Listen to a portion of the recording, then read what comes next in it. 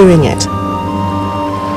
The rise of English in these islands came not from a tidal wave of invaders, but from a prolonged period of contact, during which the native Britons chose to adopt a new way of speaking.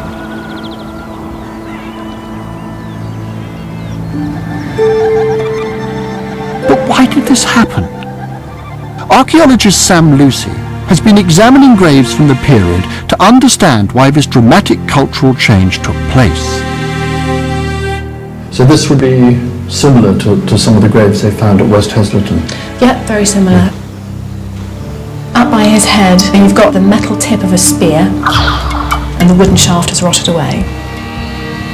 You've got down over his hip the metal centre of a bigger wooden and leather shield. Just as the language of the native Britons changed in this period, so too did their style of clothes and weapons. At the end of the Roman period, a lot of objects that you find changed. Why was that? I mean, it's traditionally been attributed to Anglo-Saxon migrations or Anglo-Saxon invasions. You do certainly start to get different burial rites. Women tend to get buried with a much greater variety of dress furnishings. This is a brooch type that's known as a cruciform brooch, a cross-shaped brooch. Yeah. And this brooch isn't a continental import. Its idea came ultimately from the continent, but it is a British product. The people living in Britain are perhaps aligning themselves more to a continental style and continental ideas. So I think it's that sort of process that's going on, rather than population replacement, which is what the traditional idea of Anglo-Saxon migrations involves. The mistake has been to take cultural artifacts as evidence of racial origin. If I were wearing American jeans, that doesn't make me an American.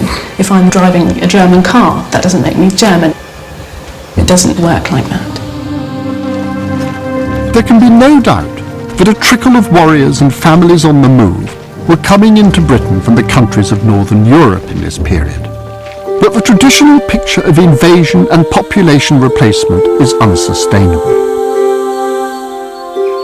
The people of Britain learnt a new language, adopted new fashions, and shifted their political allegiances because they knew from experience that this was the best way to keep up with the rapidly changing times.